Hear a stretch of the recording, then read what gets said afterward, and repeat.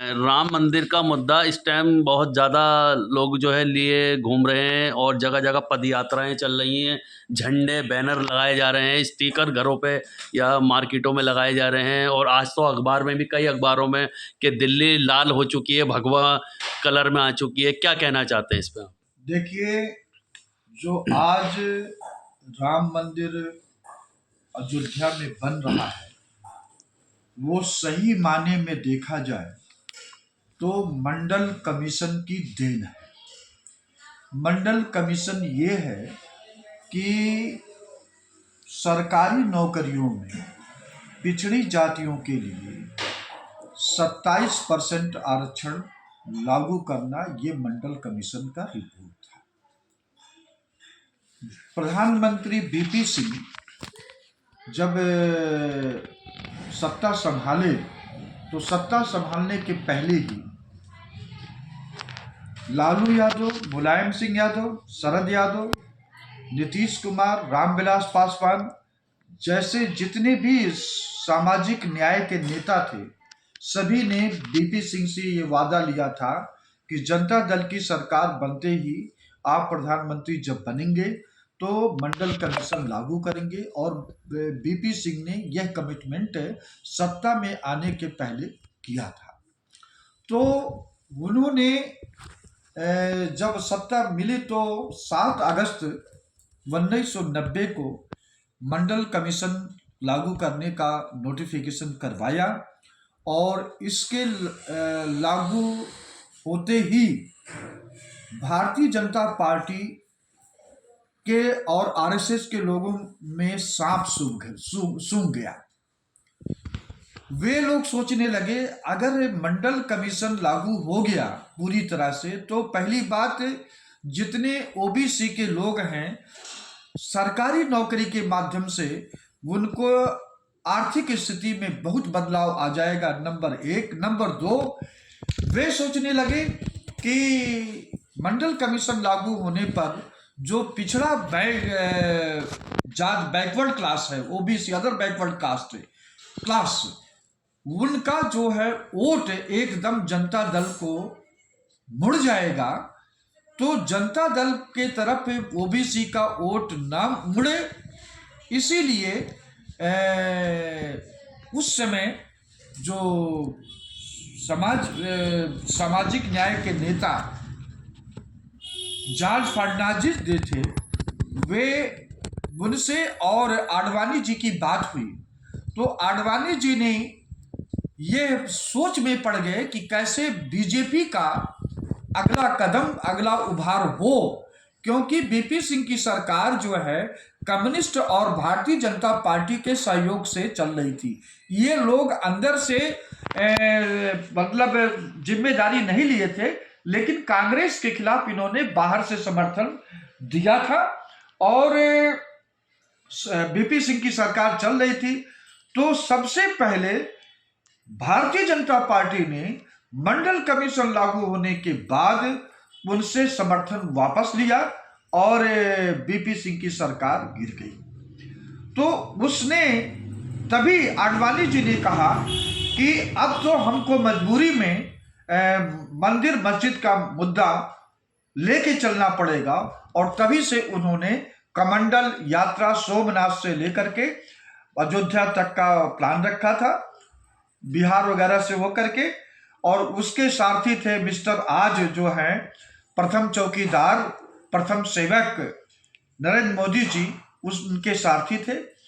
लालू यादव ने देखा कि यहाँ पर देश में दंगा भड़क जाएगा, तो बिहार में मधेपुरा में जैसे पहुंचे उनको गिरफ्तार कर लिए।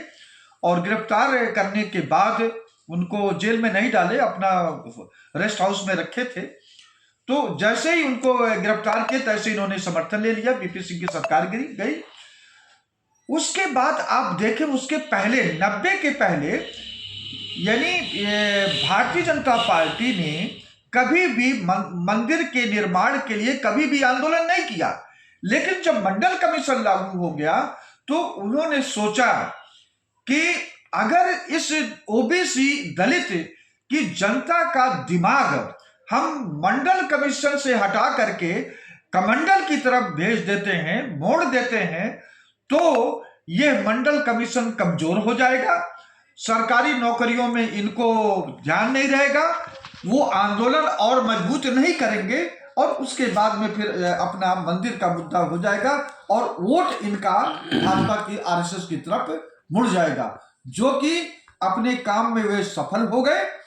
और उसी समय उसके बाद में चंद्रशेखर जी की सरकार रही 6 महीने तक, फिर आम चुनाव हुआ, नरसिंह राव जी प्रधानमंत्री बने।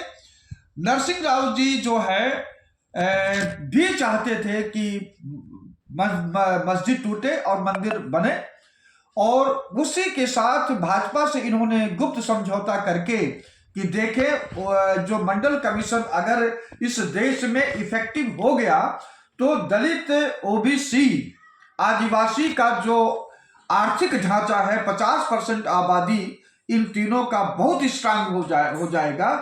इनका आर्थिक ढांचा स्ट्रांग ना हो, नरसिंह राव जी ने एक रास्ता ग्लोबलाइजेशन, लिबरलाइजेशन यानी भूमंडलीकरण, उदारीकरण के साथ इन्होंने प्राइवेटाइजेशन, निजीकरण का कंसेप्ट डाला, उसकी नींव डाली।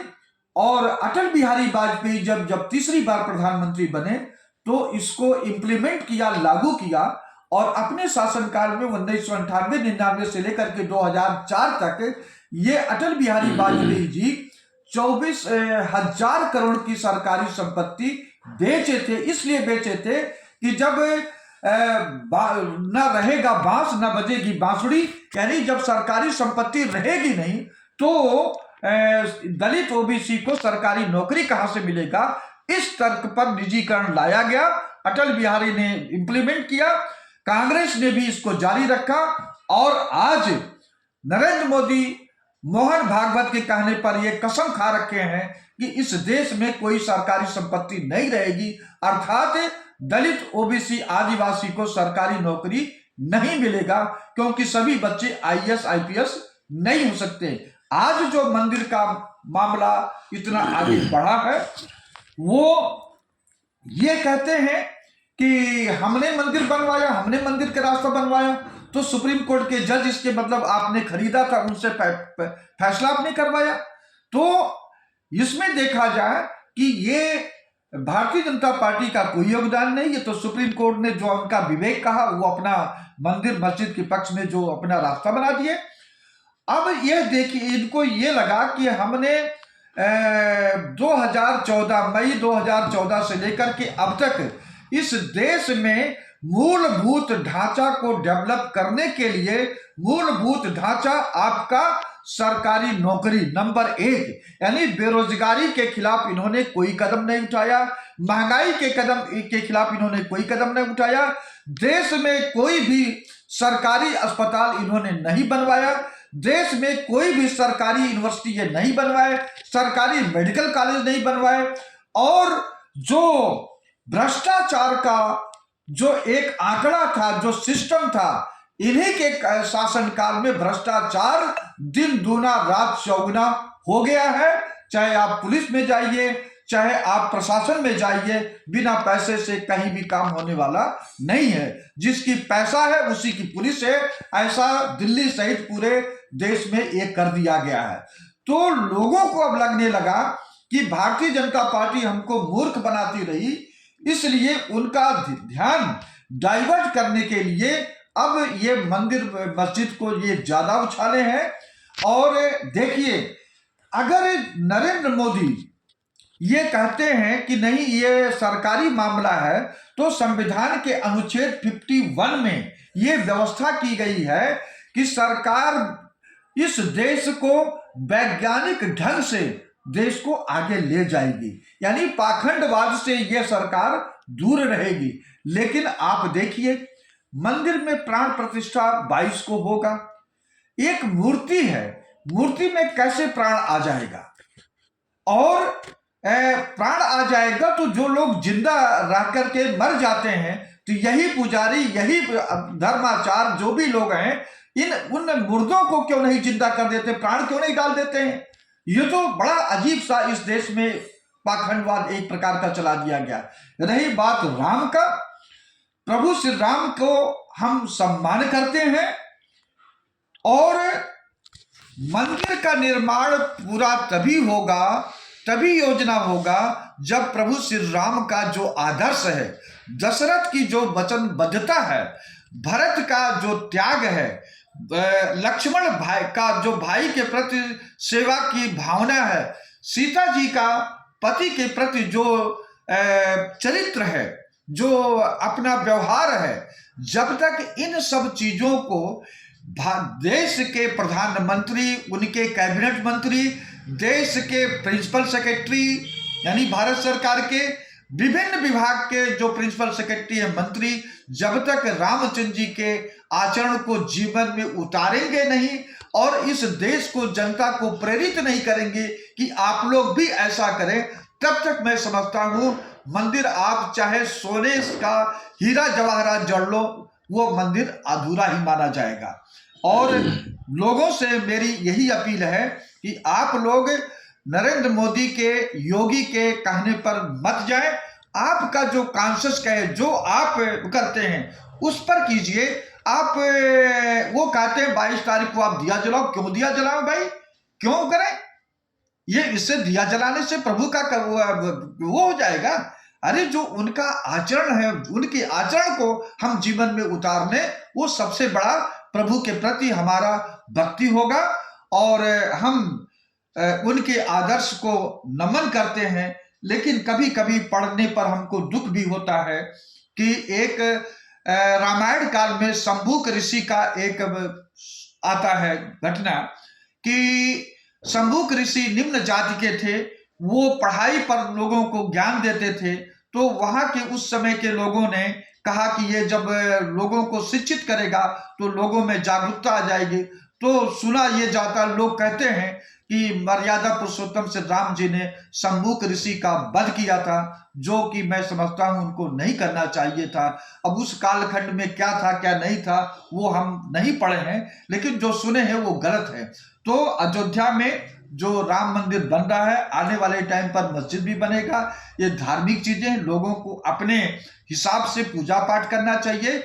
और इसकी राजनीतिक फसल जो भारतीय जनता पार्टी, नरेंद्र मोदी, अमित शाह काटने जा रहे हैं, मैं समझता हूं आने वाले 2024 में इनकी फसल कट नहीं पाएगी। जी नमस्कार। शर्मा जी, ये आप जो कह रहे हैं कि मंडल कमीशन अगर लागू नहीं होता, राम मंदिर का मुद्दा नहीं आता, तो क्या जो हमारे देश के प्रधानमंत्री, स्वर्गीय प्रधानमंत्री रहे, क्या वो उनको, अगर वो मंडल कमीशन क्या जानबूझ के लेकर आए थे, या उनको ये ज्ञान नहीं था कि ऐसा भी हो सकता है? नहीं, उनको ज्ञान नहीं था, इसके भाव नहीं था। मंडल कमीशन लागू करना तो जरूरी था, ये समय की जरूरत थी।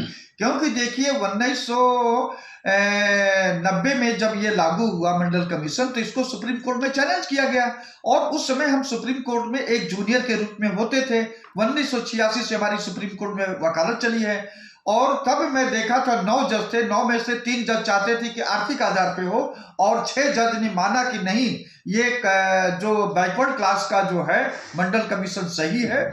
उन्होंने उसमें आर्गुमेंट में आया था कि ओबीसी का सरकारी नौकरियों में मात्र रिप्रेजेंटेशन 1.5% है, यानी 100 नौकरी में 1.5 नौकरी ओबीसी को थी, और मतलब 200 नौकरी में ओबीसी को 3 नौकरी थी। ये तो बहुत सरासर अन्याय हो रहा था उस समय, और अब भी अन्याय हो गया है। जब ये मंडल कमीशन लागू नहीं हुआ, जब सरकारी संपत्ति आपने बेच दिया, हर चीज ठेके पर दे दिया, तो ना बांस है ना बांसुरी बजेगी।